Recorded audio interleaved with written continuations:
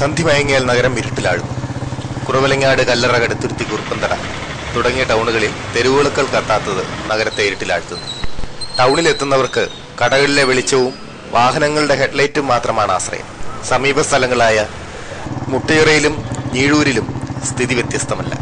തെളിയാത്ത വിളക്കുകൾക്കായി കടുത്തുരുത്തി ഗ്രാമപഞ്ചായത്ത് മാസം തോറും KSEBക്ക് ബില്ലിനത്തിൽ നൽകുന്നത് കേട്ടാൽ നമ്മൾ ഞെട്ടും.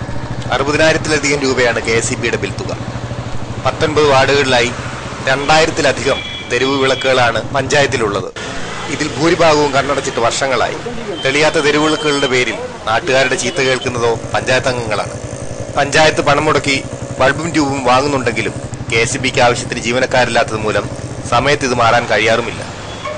മാർക്കറ്റ് ജംഗ്ഷനിലും ടൗണിലും കടുത്തുരുത്തി ITC ജംഗ്ഷനിലും വലിയ പാലത്തിലും നഗര സൗന്ദര്യവൽക്കരണത്തിന്റെ ഭാഗമായി തെരുവിളക്കുകൾ സ്ഥാപിച്ചെങ്കിലും ഭൂരിപക്ഷവും തെളിയുന്നില്ല. മാർക്കറ്റ് ജംഗ്ഷൻ മുതൽ ടൗൺ വരെ രാത്രിയായാൽ കുറ്റാക്കൂരിട്ടാണ്. ഇരുട്ടിന്റെ മറവിൽ പിടിച്ചുപറിയും അപകടവും പതിവാണ്. ടൗണിൽ തളിയിൽ ക്ഷേത്രത്തിന്റെ ഗോപുരത്തിലുള്ള വെളിച്ചവും വല്ലപ്പോഴും തെളിയുന്ന ഒരു തെരുവിളക്കുമാണ് യാത്രക്കാർക്ക് ആശ്വാസം നൽകുന്നത്. പുതിയതായി സ്ഥാനമേറ്റ പഞ്ചായത്ത് ഭരണസമിതിയെങ്കിലും തെരുവിളക്കുകൾ തെളിയിക്കാൻ നടപടി സ്വീകരിക്കുമെന്ന പ്രതീക്ഷയിലാണ് നാട്ടുകാർ ആശ്വാസം കണ്ടെത്തുന്നത്.